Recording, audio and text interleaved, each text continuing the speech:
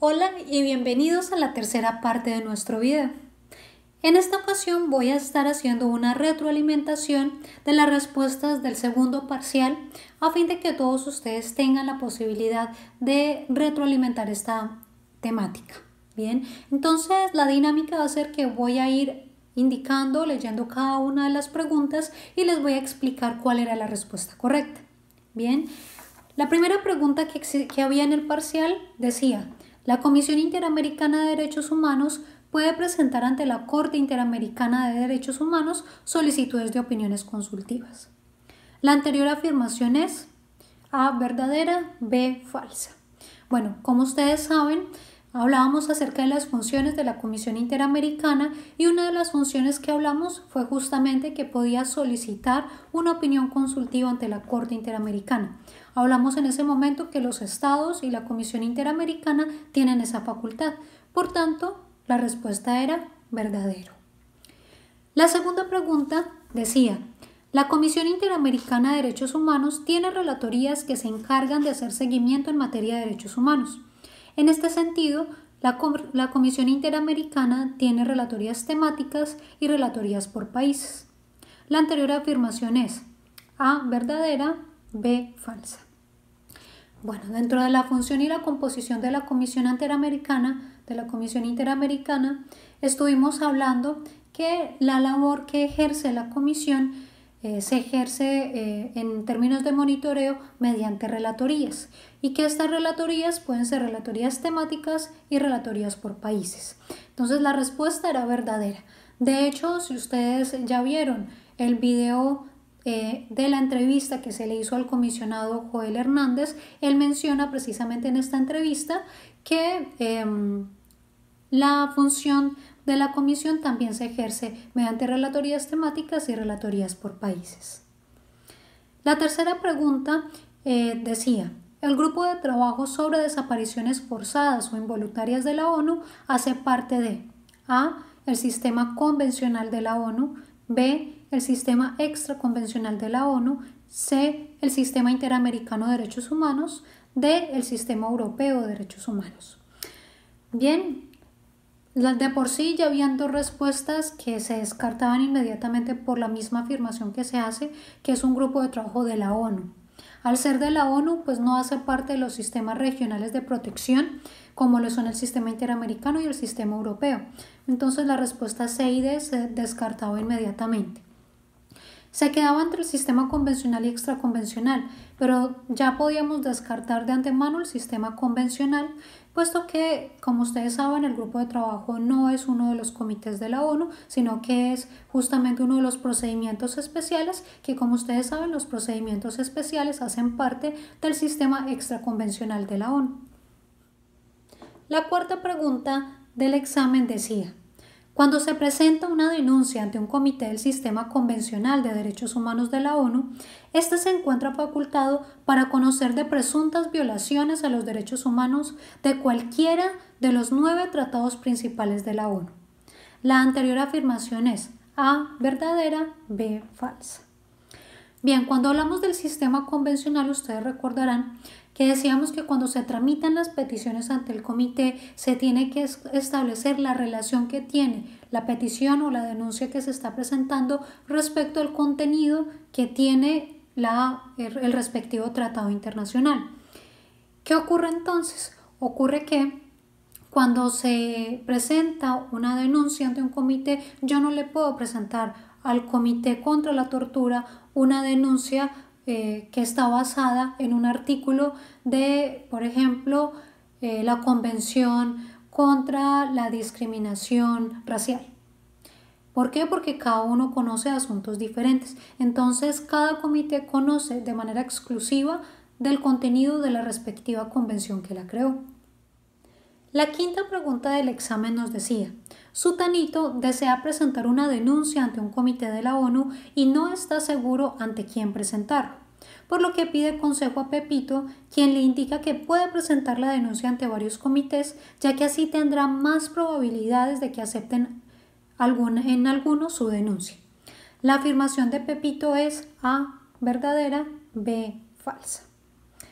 Bien, como hablamos en el video respectivo, pues esta afirmación es falsa. ¿Por qué?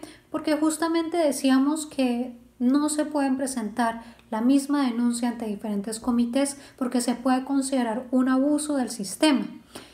De esa manera, entonces, yo debo seleccionar ante qué comité lo quiero presentar, principalmente porque dentro de la denuncia me van a preguntar o me van a pedir que yo establezca claramente si he acudido a algún otro organismo internacional, y si sí he acudido en ese sentido, entonces va a haber una prejudicialidad. Si ya otro organismo se pronunció respecto de los mismos hechos, no me van a aceptar mi denuncia, y si todos los organismos encuentran que se ha presentado la misma denuncia por los mismos hechos, pues probablemente me van a rechazar esa denuncia, justamente porque no es recomendable que yo acuda a los diferentes organismos.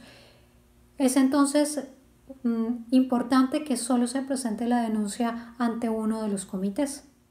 La sexta pregunta del examen nos decía: los comités de la ONU tienen diversas funciones. Una de ellas es la de realizar observaciones generales sobre disposiciones de los tratados, lo cual significa que mediante la observación general a. Se resuelve una denuncia presentada sobre un caso concreto de violación a los derechos humanos. Bien, esa respuesta no era correcta porque precisamente es otro mecanismo diferente a las observaciones generales, que vendría a ser el sistema de denuncia o peticiones. Literal B nos decía: se pronuncia sobre los informes periódicos que presentan los estados. Tampoco era la respuesta correcta. El estudio de los informes periódicos es una función diferente a la de las observaciones generales. La opción D nos decía: se pronuncia sobre las investigaciones urgentes que se realizan en determinado lugar.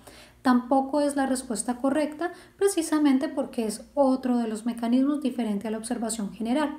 La respuesta correcta era la opción C, que decía: se realiza la interpretación del contenido de los derechos establecidos en determinado tratado.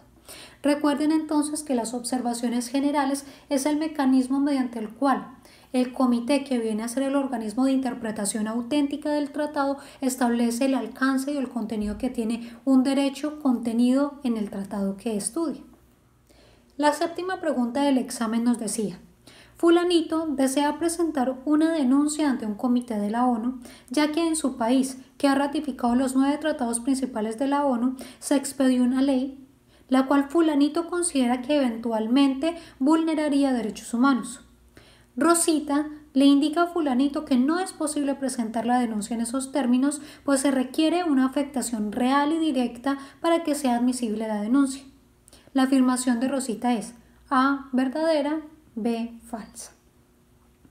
Bien, de acuerdo al contenido que hemos visto a lo largo de los diferentes videos, pueden notar que la afirmación de Rosita es verdadera. Justamente uno de los requisitos que hablábamos para que se pueda presentar la denuncia es que haya una afectación real y directa, es decir, que los comités no pueden conocer de una denuncia en abstracto, que ellos digan yo creo que esa ley viola los derechos humanos, pero realmente el comité se debe pronunciar en relación con un caso concreto cuando se trata de denuncias particulares. Y por lo mismo es que en el caso de Rosita la respuesta es verdadera. En la octava pregunta nos decía: cuando se habla de una medida provisional en el Sistema Interamericano de Derechos Humanos, se hace referencia a. Bien, la respuesta correcta era la C, el mecanismo que toma la Corte Interamericana de Derechos Humanos para salvaguardar los derechos de una persona o grupo de personas ante situaciones graves y urgentes. Bien. Recuerden entonces la Relatoría Especial de la ONU. De hecho, no hablamos acerca de medidas provisionales dentro de las relatorías y realmente no tienen tampoco la facultad para ello. Y hablamos de que la Comisión Interamericana puede llegar a solicitar a los estados que otorguen no medidas provisionales sino medidas cautelares. Bien, de allí entonces que el mecanismo que se toma, conocido como medidas provisionales, lo otorga realmente la Corte Interamericana de Derechos Humanos.